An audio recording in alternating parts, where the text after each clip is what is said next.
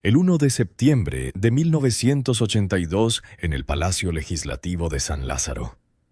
José López Portillo no solo leyó su último informe de gobierno, se quebró frente a México, apretó los puños, golpeó el atril, lloró ante millones de personas y dejó una imagen que ya nunca pudo separarse de su nombre. Era el derrumbe público de un presidente que había prometido administrar la abundancia y terminaba entregando un país herido, endeudado y furioso. Detrás de esas lágrimas había petróleo convertido en fantasía, una moneda destruida, bancos nacionalizados, una mansión en Coajimalpa, conocida como la colina del perro nepotismo, admitido sin vergüenza, y una familia partida por el rencor, el dinero y la disputa por una herencia envenenada. La caída de López Portillo no comenzó el día en que lloró ante el Congreso. Comenzó cuando dejó de verse como servidor público y empezó a verse como dueño de un destino nacional. En 1976 llegó a la presidencia como heredero perfecto de un sistema que ya había decidido por todos.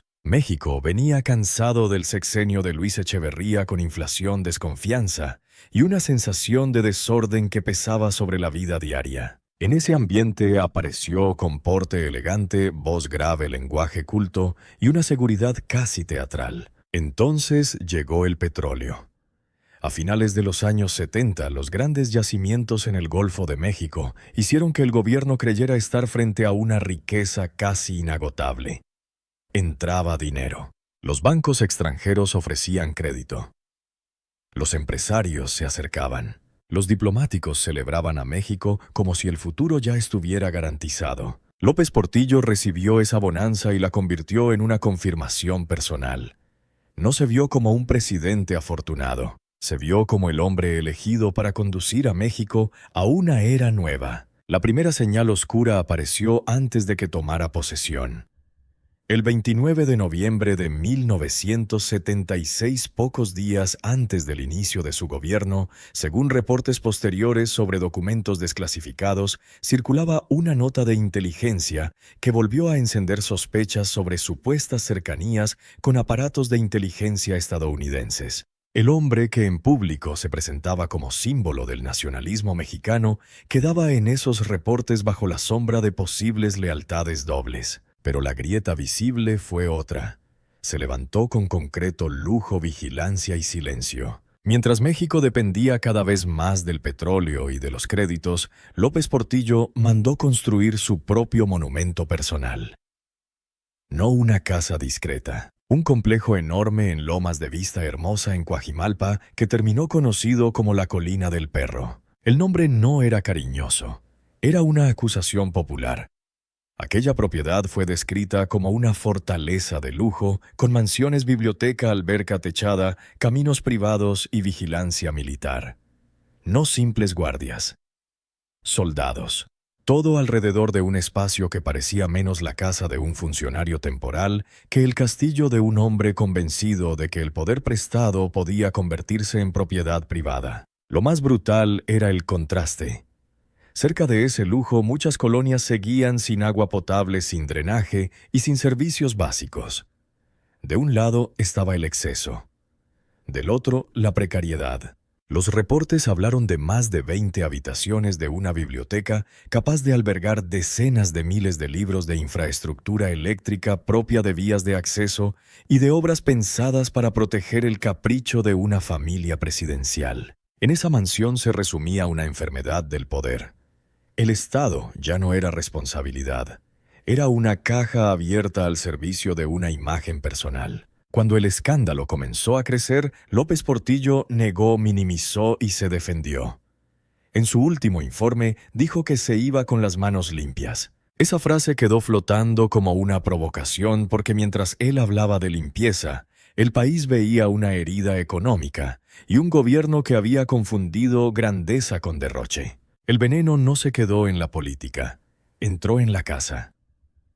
Carmen Romano simbolizaba esa vida de refinamiento y exceso. Se contaba que llevaba un piano Steinway en viajes oficiales. En una anécdota muy repetida en un hotel de Europa, el instrumento no cabía por la entrada de la suite y se habría ordenado modificar el espacio para que pudiera entrar. No se adaptaba el deseo a la realidad, se adaptaba la realidad al deseo. Eso veían los hijos. José Ramón, Carmen Beatriz y Paulina crecieron en un ambiente donde el apellido abría puertas, movía ministros y silenciaba preguntas. El poder no aparecía como responsabilidad, sino como herencia. El momento más evidente llegó cuando López Portillo nombró a su hijo José Ramón subsecretario de Programación y Presupuesto. Ya no era rumor, era nepotismo a plena luz. Cuando lo cuestionaron, no pidió perdón. Respondió con una frase que quedó como radiografía moral de su régimen. Es el orgullo de mi nepotismo. Mientras tanto, afuera seguía el México de los salarios pequeños, las colonias sin servicios, los trabajadores agotados y las familias que veían cómo el costo de la vida apretaba cada vez más. Adentro, viajes, ceremonias, lujos y bodas fastuosas. La boda de Paulina en 1981 fue vista por muchos no solo como una celebración familiar, sino como una provocación. Una escena de una élite que parecía no escuchar el ruido de la calle. Pero la fantasía tenía un punto débil. Dependía del petróleo, dependía del crédito fácil. En 1981 esa ilusión comenzó a romperse. Los precios del petróleo empezaron a caer. Los ingresos que parecían seguros dejaron de parecerlo. Los mercados se inquietaron. La deuda se volvió más pesada. La confianza comenzó a desaparecer. Un gobernante prudente habría frenado. López Portillo hizo lo contrario. El 17 de agosto de 1981 pronunció una frase que se volvió epitafio político. Defenderé el peso como un perro. La frase intentaba sonar valiente. Terminó sonando desesperada. No hablaba un economista. Hablaba un hombre herido en su orgullo, convencido de que su voluntad personal podía imponerse a la deuda, a la fuga de capitales y al miedo financiero. Pero los mercados no obedecen discursos. Los dólares comenzaron a salir. Los capitales huyeron. El sistema empezó a vaciarse por dentro. México no solo perdía dinero, perdía confianza. Y cuando un país pierde confianza, todo tiembla al mismo tiempo. Tiembla la moneda, tiembla el salario, tiembla el comercio. Al inicio del sexenio, el tipo de cambio rondaba los 22 pesos por dólar. Para el final, la devaluación se había convertido en una herida nacional.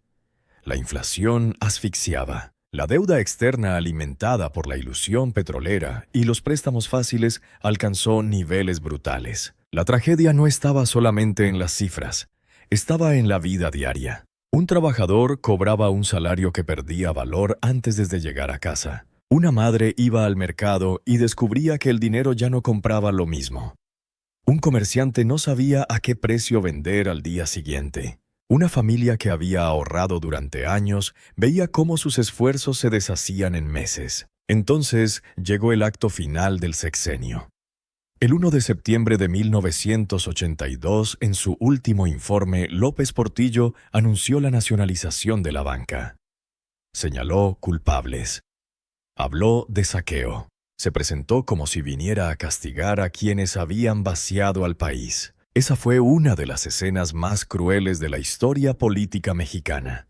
El arquitecto del derrumbe aparecía como vengador del derrumbe. Y luego lloró ante el Congreso. Lloró ante las cámaras, lloró ante millones de mexicanos.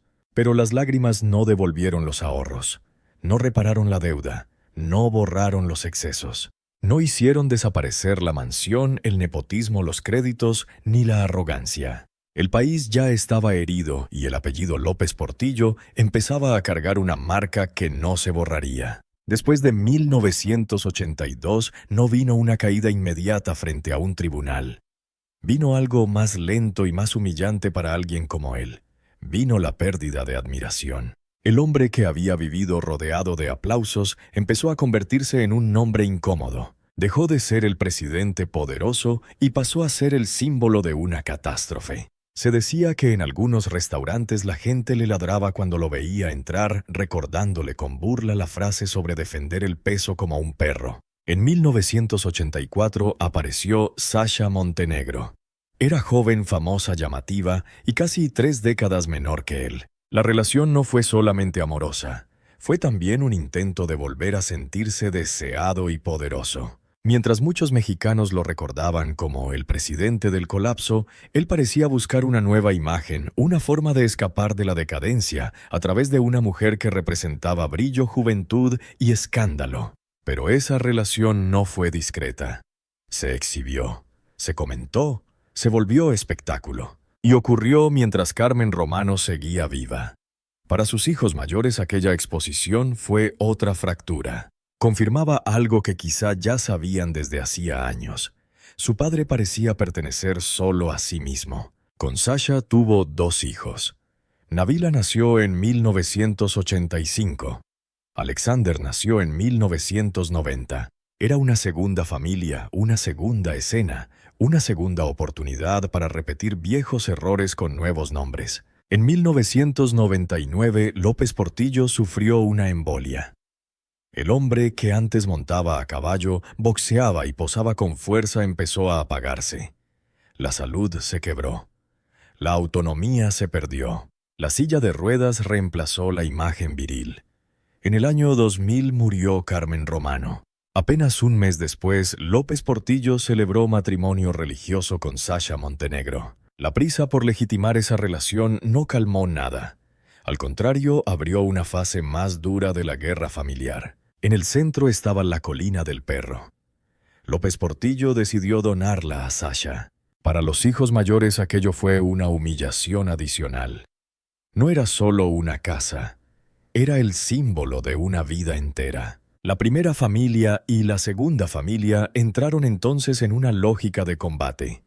Ya no se trataba de afecto, se trataba de bienes, legitimidad, control, resentimiento y memoria.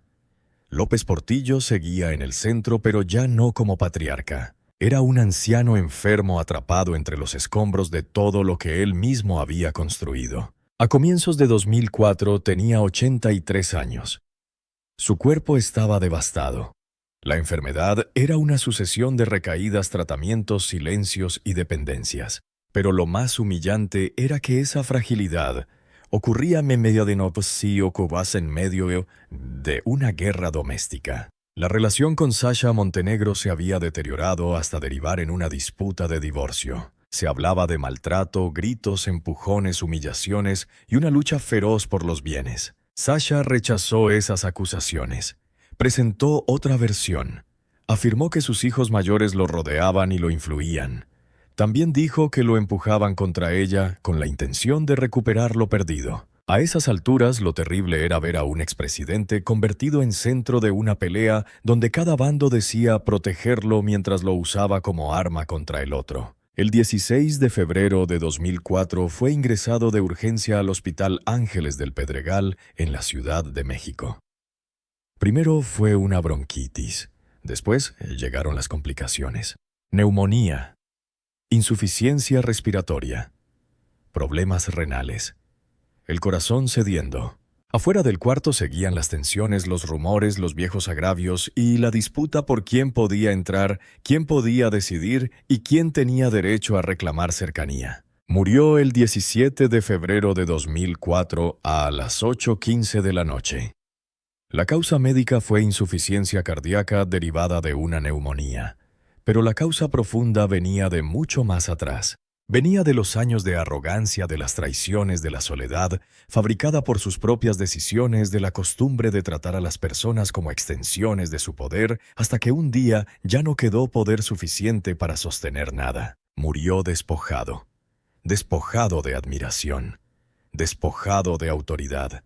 Despojado del respeto de un país que nunca le perdonó el desastre de 1982. Despojado incluso de la imagen grandiosa que había construido para sí mismo. Después de tanto petróleo, tantos discursos, tantos privilegios, tantas mansiones y tantos gestos de emperador, todo terminó en una cama de hospital, en una familia rota y en un hombre incapaz de defender su casa, su nombre y su propia versión de la historia. La muerte no trajo paz. La herencia siguió comportándose como una enfermedad. La colina del perro no se convirtió en un lugar de memoria limpia. Se convirtió en ruina disputada, en botín, en terreno atravesado por abogados, papeles y resentimientos. Durante años ese lugar fue una herida de concreto. La prueba física de que el dinero público puede levantar castillos, pero no puede comprar paz. Con el tiempo el símbolo se fue deshaciendo. Lo que alguna vez fue fortaleza personal terminó absorbido por fideicomisos, ventas, proyectos residenciales, desarrolladores y planos inmobiliarios. No cayó como en una escena épica. Se disolvió lentamente en la lógica del mercado. El palacio que había querido desafiar al tiempo dejó de ser palacio. La mansión que había representado un poder intocable terminó convertida en otra cosa. La pregunta final no es solo cuánto dinero se perdió, cuánta deuda quedó o cuántas mansiones se levantaron. La pregunta es, ¿qué deja un hombre cuando todo lo demás se cae? José López Portillo dejó un país herido que tardó años en recuperar el aliento. Dejó una familia dividida en facciones. Dejó una idea corrupta del poder donde el Estado podía confundirse con el ego de un solo hombre. El poder sin límites no engrandece. Pudre. El apellido puede abrir puertas, pero no impide la soledad. El dinero puede construir mansiones, pero no construye amor. Los aplausos pueden llenar un salón, pero no salvan una vida cuando llega el final. López Portillo tuvo petróleo, palacio, obediencia, fama y miedo ajeno. Tuvo casi todo lo que un hombre ambicioso podía desear, pero murió sin lo único que habría podido salvarlo del vacío. Un poco de verdad, un poco de afecto, un poco de dignidad.